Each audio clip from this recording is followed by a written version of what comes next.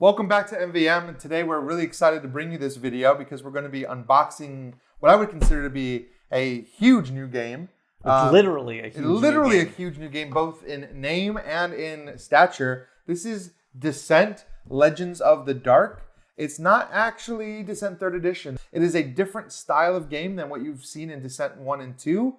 So this isn't taking the place of that, but rather it's offering something new and unique for Descent fans. Yeah, and there's been some controversy about that. It has caused some controversy. It has stirred up some conversation. I don't have much of an opinion on that yet until I experience the game itself. That's generally kind of how I stay until I've had a chance to take a look at it. With that said, I've really enjoyed what they've been doing with their app integration. Oh, I have too. I like app integration in general. Mansions of Madness was great. Journeys in the Middle Earth was fantastic. I didn't play that one, but I heard it was fantastic. That was one of my games of the year that year. So I'm all on board as to what they can offer with this app. I think it'll be really cool. And I'm excited to see what's actually in this box. Now, we haven't played the game yet, obviously. The app isn't even released yet to the public, so we haven't had a chance to play it, but we're eager to dive in and see what this comes with. Yeah, and first of all, take a look at the side of this thing. Oh, it's so cool. Have you ever seen a box that does what this does? Not exactly. I mean, AEG has had some cool, unique boxes, like with Thunderstone and Smash Up, the way that they level their boxes, but nothing exactly like this. And this actually has a cool feature that we'll show you as we unbox it. It's maybe one of the coolest things opening this thing up. Well, let's see what's inside. Of course, a rule book. But once you move the rule books, you're going to see exactly what everyone wants. Is it the standard FFG 2? No, not really. A little bit. It's two booklets because I don't think FFG will ever get away from that. But they've got a learn to play book, and then the other book is a lore book. So it's really not even just. I don't even think there's terminology.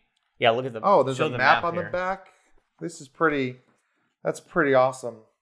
Yeah, I mean.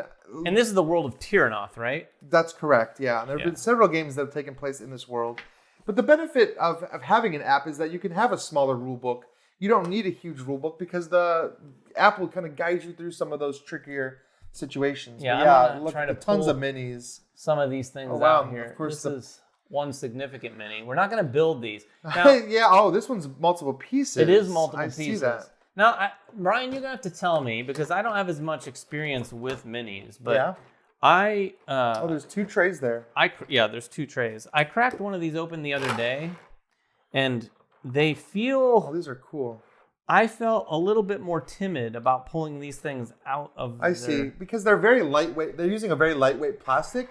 They're not resin or anything. Like, they're not easily breakable. I mean, it's very lightweight plastic. If you flick these, and I'm not saying that this is a bad thing necessarily, it is something that I wasn't prepared for. When you flick these things with your fingernail, they almost sound like they're completely hollow. These guys. It's the type of plastic. And you know what? If I was more of a miniatures guy, I'd be able to tell you exactly what that plastic is. And my guess is, too, that this is more along the lines of what traditional miniatures people are used to. Look at these hero minis, though. They're really cool. They're amazing. I want to play this guy. This guy's got like a falcon or something with him. I don't even know what all of the different heroes are, but this guy is like a dragon. Okay, that guy looks cool. A humanoid dragon. Looks like a dragoon with like the big spear that comes down. Yeah, the spear is amazing. Look at this. You guys, you could put some pictures up too. But look at this this cat person with his giant claw. Look at that claw. It's like Freddy Krueger level. Yeah, I mean, so suffice it to say, these are cool characters. They killed the minis. Oh, these minis are aside from them feeling a little light, in my opinion.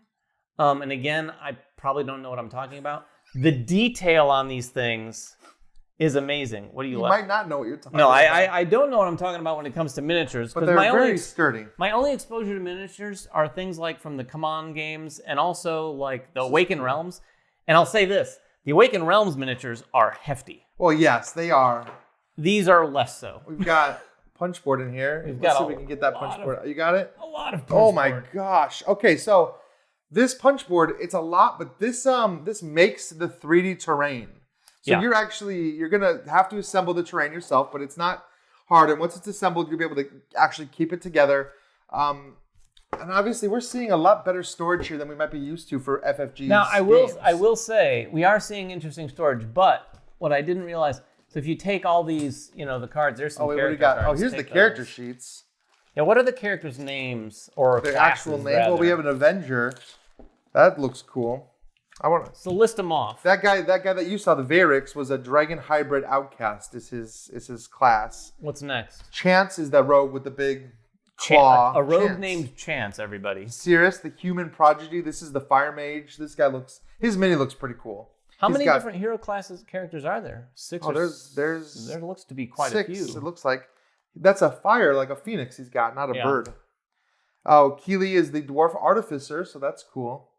Oh, these are double-sided. I'm not sure what's on each side. And I know this was maybe a little controversial, too, when they first showed this off, because the artwork is a departure.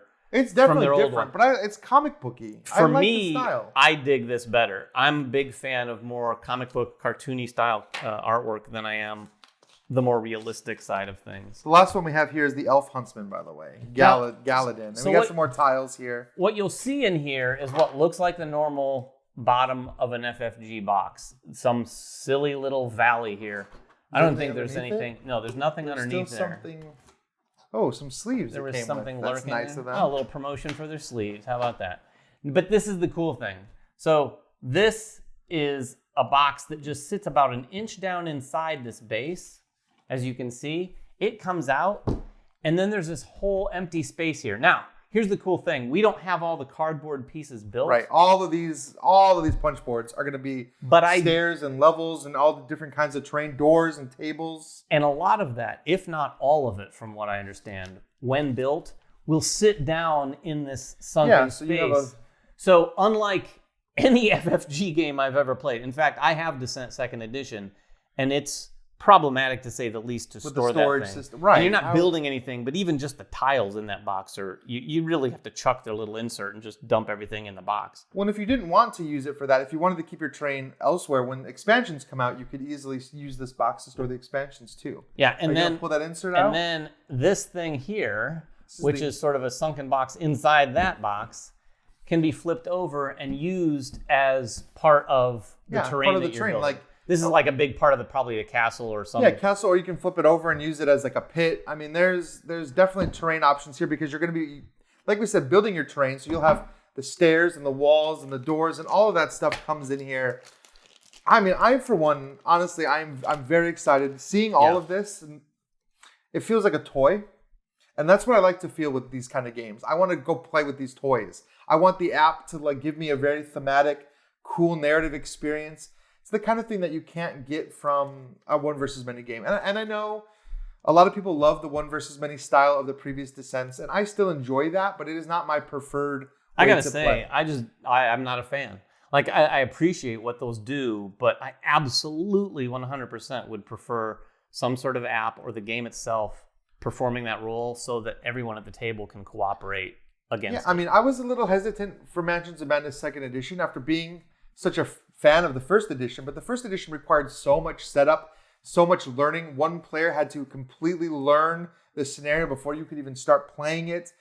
This is not going to be like that. You can literally just jump in, press play on the app, and it will talk you through setting up the terrain, setting up your characters and everything. And there's several missions I know of. I don't know exactly how many there's going to be. I read the other day, don't take my word for it, but I didn't see a mission count, but I saw some sort of quote that suggested there was 55 to 60 hours of game. That doesn't surprise me. And they also suggested, so you could do the math at home here, that a session's going to be 2 to 3 hours each. Yeah, from what I saw, I know Fantasy Flight released a little teaser, a little bit about the scenario. They seem like big scenarios, and you're going to be having some pretty sweeping dungeon setups by the time you're done with the scenario. So, a little off topic here, but back to this artwork style. I still We're looking at all these cards, items and weapons. This is absolutely so up my alley. I love. It feels like a video game or like a RPG style. Like there's just some really cool things that they did here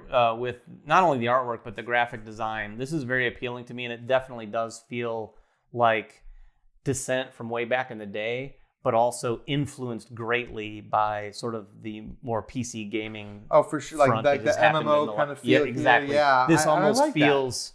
I mean, and you can't help but be somewhat inspired by things like World of Warcraft when you're making these things today, but it definitely feels that way. a lot of cool stuff here. So we're going to dive into this. I don't know how soon. Well, we can't even get to the app until next week or sometime after that. So once the app comes out, we'll be able to actually play the game. We'll come back with either like our thoughts or maybe even a live play. I mean, we'll see what we feel like doing. Yeah, so hopefully you got a good look at the game here today. If you have any questions, we're going to be diving into the rules. I'm sure a lot of you are getting this as well, so you'll be doing the same. But if you do have any questions about the game, ask them in the comments below, and we'll try to do what we can to answer them. Until next time, we're going to keep unboxing games. You make sure everyone has fun at the table, and we'll see you then. Congratulations, you got to the end of one of our videos. Now, if you want more practice, just click on the video over here. It's another video. You might not have seen it yet, so click on it. If you don't want to do that, at least click on the subscription button below. That always helps us. And if you want notifications, please ring that bell.